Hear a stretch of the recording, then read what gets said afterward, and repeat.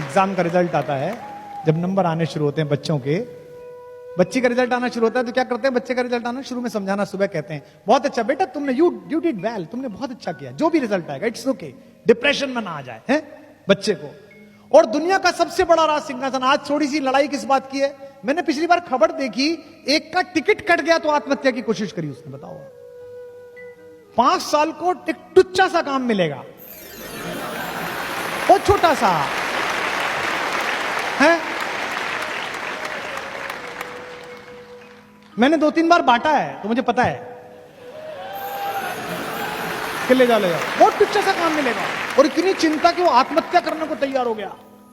सोचिए पूरी पृथ्वी का राजा बनना था उसको, छोटा मोटा मामला नहीं था, पूरी पृथ्वी का राजा बनना था उसको, एक पूरे भारत का नहीं, पूरी पृथ्वी का। प्रथु उनके घर में ही पैदा हुए, जो देश में बड़ा है वो उनके घर में पैदा हुआ। अज, रघु, दिलीप, पुररवा, नहुष, इक्ष्वाकु, भरत, जितने बड़े पैदा हुए सब उन्हीं के खानदान में, मानदाता सब उनके घर में पैदा हुए। लेकिन उस पृथ्वी का शासन उन्हें पाना था, वो इलेक्टेड क्राउन प्रिंस थे। और अचानक एक बंदी ने आके कहा कि युवराज आपको महाराज याद कर रहे हैं। उत्साह में भरे हुए राम लक्ष्मण दोनों पहुंचे तो देखा कमरे में अंधेरा है, पिता बैठे, उन्होंने कहा पूछा जी पिताजी क्या बात है। पिता ने कहा कि बेटा वो कल राज्याभिषेक नहीं हो पाएगा, तुम सुबह अपनी पत्नी को लेकर 14 वर्ष के वनवास के लिए चले जाओ। राम ने कहा कि जो आ गया पिताजी, और राम ने अपनी पत्नी से कहा तैयारी करिए, सुबह वनवास पे चलना, 14 वर्ष बाद आएंगे अयोध्या। कहना आसान है, बहुत सरल है, इंटरव्यू हुआ नहीं, प्रीलिम्स पास किए, मेंस नहीं निकला है, ग्रुप डिस्कशन में रह गए, हमको भी लोग कहते थे कि तुम रह गए।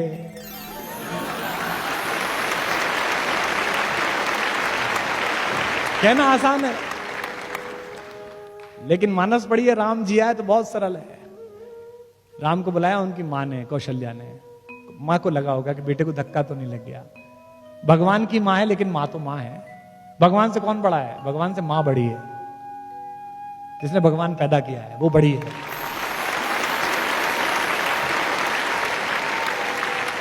इसलिए तुलसीदास जी शुरू में प्रणाम करते हुए कहते हैं बंदों कौशल्या दिशि प्राची, प्राची दिशा के समान जो कौशल्या उन्हें प्रणाम कहता हूं, जिनकी कोख से सूर्यवंशी राम पैदा हुआ है।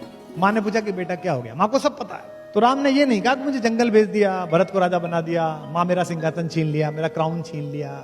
कितनी पॉजिटिविटी है जो सीखनी है लाइफ में आज के बाद से, इस हॉल से जाते हुए, कल भी बात करेंगे इस पे। कौशल्या ने पूछा बेटा क्या हुआ, तो राम ने कहा मां पिता दे ही मोहि कानन राजू, मुझे जंगल का राज्य दे दिया पिता ने, मैं जंगल का राजा बना। कितनी सुंदर बात है।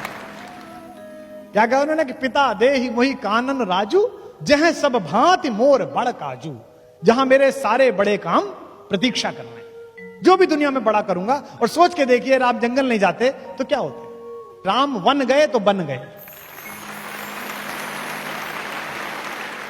राम विनम्र रहते हैं, शालीन रहते हैं, मुस्कुराते हैं वो, तो इसी आत्मविश्वास में उनकी जीत है। डिप्रेशन से बाहर लाए अंगद को, और जब अंगद गया बात करने के लिए तो आप देखिए कम्युनिकेशन स्किल सिखाया जाता है ना आजकल। आजकल सबसे बड़ी प्रॉब्लम क्या है, बीटेक कर लो, एमटेक कर लो, लड़का जो है लड़की जो है वो कम्युनिकेट नहीं कर पा रहा, अपनी बात नहीं कह पा रहा, मां से नहीं कह पा रहा, पिता से नहीं कह पा रहा, गर्लफ्रेंड से नहीं कह पा रहा, बीवी से नहीं कह पा रहा, नौकरी में नहीं कह पा रहा। ऐसी बहुत सारी घटनाएं आप देख रहे हैं जिनमें ना कह पाने के कारण वो आत्महत्या कर रहा है, डिप्रेशन में जा रहा है। अंगद को उन्होंने कम्युनिकेटर बना के भेजा। राम कितने पॉजिटिव हैं। उनसे विभीषण कहते हैं जिस दिन अगले दिन युद्ध शुरू होना है उस दिन कहते हैं कि सर थोड़ा बैठ के स्ट्रेटेजी बना लें, कौन किधर से बढ़ेगा, इतना बड़ा आदमी है, इससे लड़ना है। तो कहते हैं कि नहीं यार वो अंगद भेजा है मैंने, दूत ना, बाली का बेटा, और मुझे उम्मीद है कि रावण मान जाएगा, सीता को वापस दे देगा, अपन क्यों लड़ाई लड़े। ये राम है। एक बात ध्यान से रखना, अभी बहुत बड़ी घटना इस समय पूरे देश में राजनीतिक हलचल चल रही है जिससे हम जुड़े हुए हैं। राम ने अपने पूरे जीवन में किसी भी राक्षस को मारते समय उससे निगोशिएट नहीं किया, छोटों से, खर से, दूषण से, ताड़का से, सुबाहु से सीधा मारा। उन्होंने एक ही आदमी से निगोशिएट किया, रावण से, क्योंकि राम जानते थे कि आतंकवाद की लड़ाई में स्लीपर सेल के साथ समझौता नहीं किया जाता, उसको तो मारा ही जाता, उसको तो खत्म ही किया जाता। और हमारी सरकारें, हमारी व्यवस्थाएं क्या कर रही हैं, स्लीपर सेल से बात कर रही हैं। तो अगर राम राज्य वालों को समझना है तो राम से ही समझे कि राम ने अपने देश में रहने वाली किसी स्लीपर सेल के साथ बात नहीं की। लंका दूसरा देश था, उससे बातचीत जरूरी थी, उससे पहले कहना जरूरी था, इसलिए उससे पहले बातचीत की, जो कि हम पाकिस्तान के मामले में लगातार करते हैं, इतने समय से बातचीत करते हैं, और उसके बाद फिर अपना काम भी दिखाते हैं। तो अंगद गया, उसका आत्मविश्वास, लीडरशिप डेवलपमेंट मैं बता रहा हूं राम का। उसने पहली जो वाक्य बोली उस पर हंसेंगे भी आप। रावण ने पूछा कि मेरा और राम की क्या लड़ाई, तू जानता मैं कौन हूं? क्या तेरा वो फकीर तपस्वी वो मुझसे लड़ेगा, मेरा उसका क्या? तो अंगद ने कहा जी बिल्कुल ठीक कह रहे हो सर, आपका उनका कोई मुकाबला नहीं। तो रावण को लगा यार आदमी उसने भेजा है हमारे पक्ष में बोल रहा है, तो वो बड़ा प्रसन्न हुआ। उसने कहा बिल्कुल ठीक, मेरा उसका क्या मुकाबला। तो अंगद का कम्युनिकेशन स्टाइल देखिए जो राम ने डेवलप कराया है। तो क्या कहा कि सिंधु तरयो उनको बनरा, उनका तो बंदर, बंदर भी नहीं, बंदर में थोड़ा ग्रेस आ जाएगा, मतलब हनुमान चाचा हैं उनके अंगद के, फिर भी उनको बंदर भी नहीं कह रहे, चाचा जी भी नहीं कह रहे, क्योंकि डिप्रेशन में रावण को लाना है। तो कहते क्या, सिंधु तरयो उनको बनरा, तुझ पे धनुरे गई न तरी। उनका तो बंदर पूरा समुद्र पार कर आया, और तुझ पे उनके छोटे भाई ने एक रेखा खींच दी थी, वो नहीं तरी गई। तेरा उनका क्या मुकाबला भाई, दोनों का आपस में।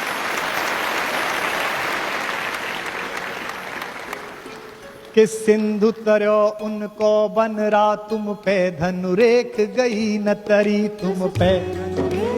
अच्छा छंद है। सिंधु तरयो उनको बनरा, तुम पे धनुरेख गई न तरी, तुम पे धनुरेख गई न तरी।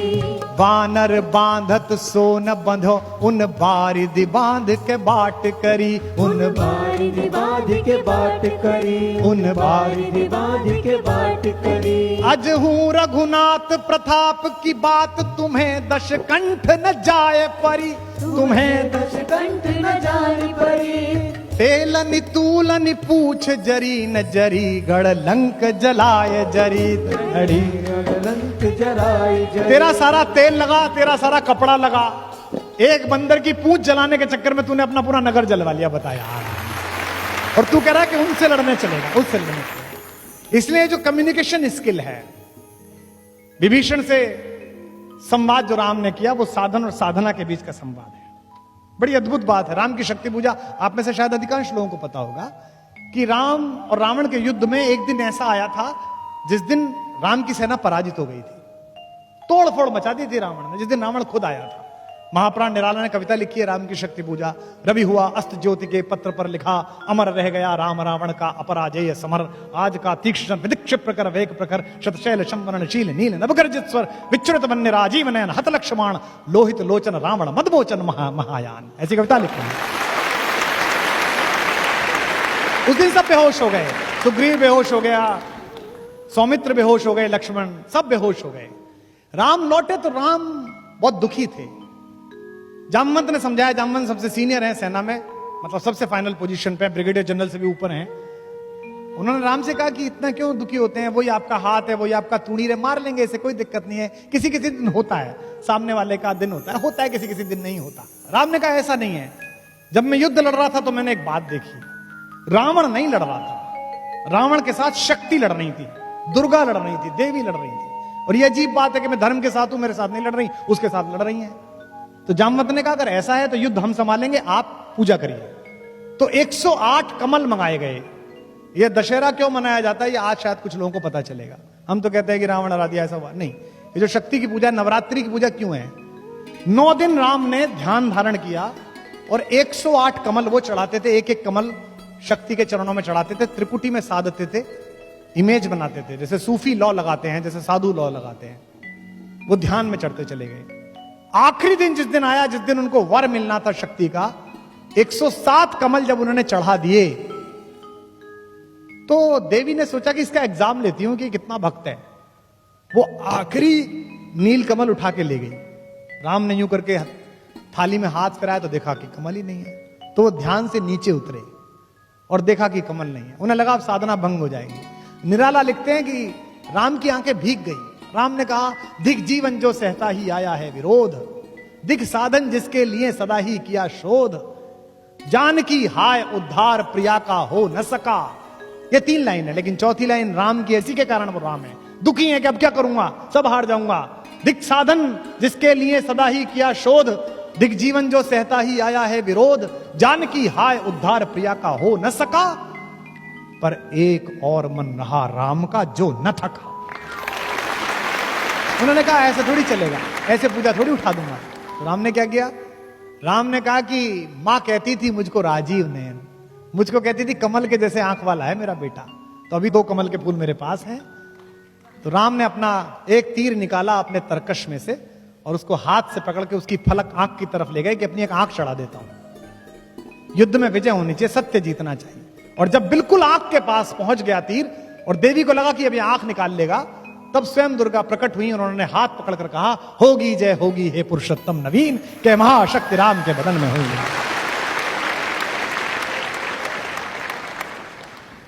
तो इसलिए जितनी भी लड़ाइयां हैं, जब भी कभी आपको कोई आदमी साधन से इकट्ठा एक सामान्य व्यक्ति को परेशान करने की कोशिश करे, उसके पास ज्यादा शक्ति हो, उसके पास ज्यादा साहस हो, तो आप ध्यान रखना कि आपके घर का एक बड़ा आदमी सिखा गया है कि साधन महत्वपूर्ण नहीं है, साधना महत्वपूर्ण है।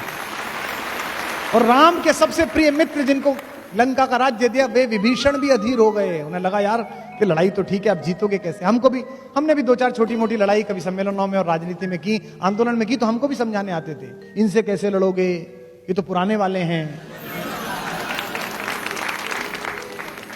तो मुझे मानस की ये पंक्ति याद आती थी और मैं खुद को ही सुनाता था, जो साथ थे वो तो सुनने को तैयार नहीं थे। ये विभीषण ने राम से कहा जब रावण लड़ने के लिए आया, क्या कि रावण रथी विरथ रघुवीरा, देख विभीषण भयउ अधीरा, रावण रथी विरथ रघुवीरा। रावण तो रथ पर बैठकर आया है और वो पैदल चल रहे हैं, वो पदाती हैं। अधिक प्रीत भा मन संदेहा, ज्यादा प्रीति इसलिए मन में संदेह हुआ विभीषण के। विभीषण ने कहा कि ये तो रथ पर है और आप बिना चप्पल के, आपके पास तो चप्पल भी नहीं है, कैसे मारोगे? नाथ न रथ नहीं पद त्राना, के ही विधि जितब वीर बलवाना। इतना बड़ा वीर है, इससे कैसे जीतोगे? तो राम ने उसे जो सिखाया वो मुझे याद है, मैं आपको बता रहा हूं, आप अपने घर लेके जाइएगा। राम ने कहा कि मैं जिस लड़ाई में उतरा हूं दोस्त, उस लड़ाई में मिसाइल्स की जरूरत नहीं है। तो उन्होंने कहा कि इस लड़ाई के लिए साधना की आवश्यकता है, साधन की आवश्यकता नहीं है। उन्होंने कहा क्या क्या है? इसके पास तो बड़ा रथ है नाथ, आपके नीचे तो पदत्राण भी नहीं है, कही विधि जितब वीर बलवाना, इस बलवान से कैसे जीतेंगे? तो उन्होंने कहा कि सुनो सखा कह कृपा निधाना, ज्यों जय होई सियंदन आना। मैं तुझे बताता हूं भाई मेरे दोस्त, इस युद्ध में जीतने के लिए जो रथ चाहिए वो मेरे पास है। अब विभीषण को रथ दिख नहीं रहा, राम कह रहे रथ है।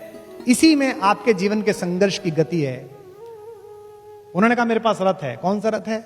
मेरे पास जो रथ है उसमें 2 चक्के लगे हुए हैं, तुझे दिखेंगे। कौन से? सौरज धीरज ते ही रथ चाका, शौर्य और धैर्य 2 चक्के हैं। एक तरफ शौर्य है, एक तरफ धैर्य है। अगर बड़ी लड़ाई लड़नी है तो शौर्य भी रखना पड़ेगा और धैर्य भी रखना पड़ेगा। दुनिया की आधी मूर्खताएं अधैर्यता के कारण हुई हैं। तो कहते हैं धैर्य और शौर्य 2 मेरे रथ के चक्के हैं। और बल विवेक दृढ़ ध्वजा पताका, बल और विवेक से दृढ़ हुई मेरी धर्म की ध्वजा है मेरे इस रथ के ऊपर। सत्यशील दम परहित घोड़े, सत्य और शील और परहित दूसरे का हित करना, सत्य बोलना, शीलवान रहना, ये घोड़े हैं मेरे। और क्षमा दया कृपा रज जोड़े, इससे किससे जोड़ रखा है? क्षमा से, दया से और कृपा से, इन 3 से जोड़ रखा है। पूरी राम की कहानी एक सिमिली है। कहते हैं कि इस रथ पर चढ़कर मैं लड़ रहा हूं और जब तक मैं इस रथ पर चढ़कर लड़ रहा हूं तब तक मेरा कुछ नहीं बिगाड़ सकता कोई भी। तो आपके पास अगर साधन कम हो तो आप समझ लेना कि आपके पास ये वाले साधन अगर हैं तो आप दुनिया के किसी भी आदमी से जीत सकते हैं। एक अयोध्या है जो सात्विकता का प्रकर्ष है, एक लंका है जो तामसिकता का प्रतीक है। इन दोनों के बीच लड़ाई है, लेकिन राम इन दोनों के बीच की लड़ाई के लिए राजाओं को साथ नहीं लेते।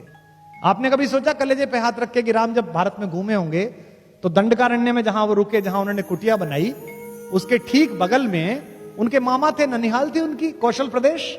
मामा से कह सकते थे थोड़ी सेना दे दो, मुझे लड़ने जाना है। नहीं, राम ने पूरे रास्ते किसी राजा से बात नहीं की। राम ने पूरे रास्ते वंचितों से, दलितों से, पिछड़ों लोगों से, वनवासियों से, SC ST से बात की, आखिरी सफ में खड़े हुए आदमी से। और साथ में किसे लिया? हराने के लिए, लंका को परास्त करने के लिए किसे साथ में लिया? किष्किंधा को। किष्किंधा क्या है? प्रकृति का सबसे बड़ा आयुर्वेद, योग, नेचुरल एसेंस, हमारी नेचुरल आर्ट्स, हमारे नेचुरल इंग्रेडिएंट्स, इनको किसने लिया? दिल्ली ने। और हराई क्या? मार्केट, लंका। इसलिए दिल्ली को, जयपुर को यह याद रखना पड़ेगा कि अगर अपने शत्रुओं से आपको पार पानी है, अगर चाइना का सामान बंद कराना है, अगर अमेरिका को घुटनों पर लाना है, तो सबसे पहले अपने वनवासियों, अपने वंचितों, अपने पिछड़ों, अपने दलितों और अपने जंगल के लोगों के पास जाना पड़ेगा।